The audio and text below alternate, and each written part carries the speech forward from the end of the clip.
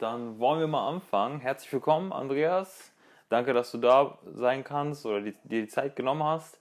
Heute ein ganz besonderes Interview, wo wir über sehr viele vergangene Sachen im deutschen Football sprechen möchten, aber auch vor allem erfahren möchten, wer du bist und was du so für Erfahrungen gemacht hast auf deinem Weg. Sind ja jetzt schon ein paar Jahre.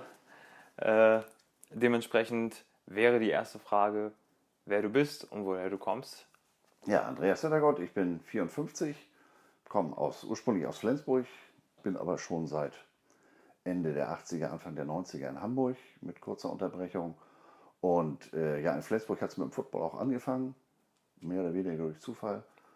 87, 88 das erste Mal in Amerika gewesen, vorher immer schon mal so geguckt. Flensburg ist nicht groß.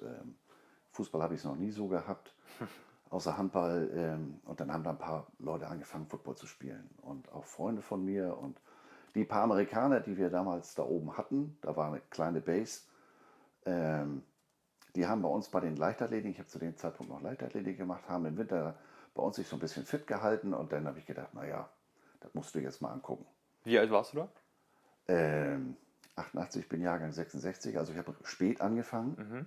Aber gut, Ende der 80er, Jugendfootball. Ich erinnere mich, wir hatten bei den Steelers, wir hatten einen Jugendspieler, der hat bei uns mitgespielt, weil wir einfach gar keine Jugendmannschaft hatten. Also konzeptionell, als wir angefangen haben in Flensburg, wir haben gegen die Adler gespielt, weil es gab 3, 4 Ligen hier im norddeutschen Bereich und haben natürlich fürchterlich auf den Helm gekriegt. Aber die Möglichkeit gab es gar nicht. Und wie gesagt, ich habe dann mit 19, 20 überhaupt erst angefangen. Und muss gestehen, ich bin auf dem Hockeyplatz groß geworden, habe immer Sport gemacht, aber Football hat mich komplett geflasht. Das fand ich total großartig. Und vom Coaching her, wenn ich das heute, was man heute weiß, was heute an Möglichkeiten ist, mit damals vergleiche, oh Gott, oh Gott, oh Gott, oh Gott, da würde jeder Jugendtrainer sagen, nee, spiel mal lieber Elementen. Also das, was ihr da macht, also das war schon was anderes, aber wir waren natürlich damals alle die nächsten Hall of Famer und es war eine Menge Spaß, war eine Menge Herzblut dabei. Und wenn ich überlege, wie ich da rangekommen bin, so, das ist der Ball, du kommst von der Leichtathletik, du bist Running Back und da ist die gerade Seite, da ist die ungerade Seite und jetzt hier mal 22 Smash-Attacke. Ja. Und ich den Ball dann da in die Magengrube gedrückt gekriegt und da hat er fürchterlich geballert. Und dann habe ich da gelegen, ich denke, du lebst. Okay, also die ganzen Klamotten, die du hier anhast, das hat offensichtlich einen Sinn. Ja, und von da an ging die Fahrt dann los. Und habe dann bei unterschiedlichen Teams gespielt, weil ich dann beruflich nach meiner Bundeswehrzeit, wo ich auch länger war in Flensburg nichts. Ich wollte Richtung Werbung. Und da war da oben nichts. Also die Firmen, die es gab, Flensburger Brauerei oder damals noch Beate Uhse oder sowas, die Werbeabteilung, die hatten, die haben nicht ausgebildet. Und deswegen bin ich nach Hamburg und bin da dann schon bei den Vikings gelandet damals, draußen in Oldesloe-Arnsburg. Ja. Und Also relativ außerhalb. ja, Ja. ja, also ich hatte mal ein Probetraining damals noch bei den Dolphins mitgemacht, aber hatte draußen in Tankstedt, habe ich damals gelernt. Tankstedt bei Norderstedt. Und ich weiß gar nicht mehr, ich glaube, ich habe im Huddle irgendwie einen Aufruf gelesen. Staumann Vikings, wir suchen neue Leute. So viele Plattformen gab es ja auch noch nicht. Ne? Nee, also und Dolphins, da muss ich gestehen, da hatte ich dann doch ein bisschen sehr viel Respekt, weil das war ja zu dem Zeitpunkt schon eine der älteren Adressen in Deutschland. Und bin dann da auf dem Platz und hatte ja in Flensburg auch schon gespielt und da ist dann auch mein Spitzname entstanden, weil ich kam mit dem alten Sealords-Helm auf den Platz. Der Sealords-Helm war Navy-Blau, 11 Sterne für die 11 Spieler und Sealords, Seegötter, so ein Dreizack. Und ich laufe in Arnsburg auf den Platz und einer sieht den Helm, die hatten damals silberne Helme und Bird, wer ist das denn? Captain Iglo. Und der Name hängt bis heute. Das ist auch eine meiner Mailadressen. Stimmt. Und viele haben mich jahrelang auch nur, ja, das ist der Captain.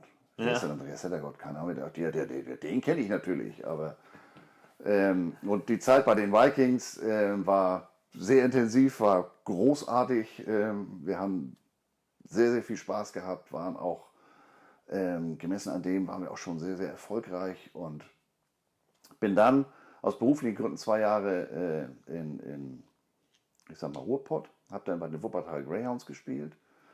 Das war eine ganz andere Erfahrung. Also hier oben fingen wir ja schon an, gab damals noch den American Sportsladen unten, Dammtorstraße. Wir fingen ja schon an mit Shoulderpad und dit und dat Ja. und da unten in Anführungsstrichen Scheibe trocken Toast und Attacke. Ich werde das nicht vergessen, mein erstes Spiel NRW-Pokal gegen die Bochum Miners. Das war so wie hier besserer Grandplatz, aber keine Gefangenen, ne? Alter Vater, habe ich da in die Fresse gekriegt. Also, oder ich hatte mir im Jahr vorher das Schlüsselbein gebrochen und wollte nun ein neues Pad haben. Und so viele Händler gab es damals ja auch noch nicht. Ich weiß noch, ich war in Solingen beim Klein, ungefähr so wie euer Studio, die Größe. Das war der Footballladen. Und ich sage, ja Mensch, hier, ich will das und das Pad von Rydell. Dann guckt er mich an und sagt, bist du voll? Weißt du, was das kostet? Ja, sag ich, aber ich bin eine kleine Mumu und ich möchte ein großes Pad. Das war damals eins schon mit diesem Shock Absorbent, was, wenn du hier einen draufgekriegt hast, dass du nicht am nächsten Morgen da so ein Hämatom hattest, sondern dass sich das über den ganzen Körper verteilt und so weiter.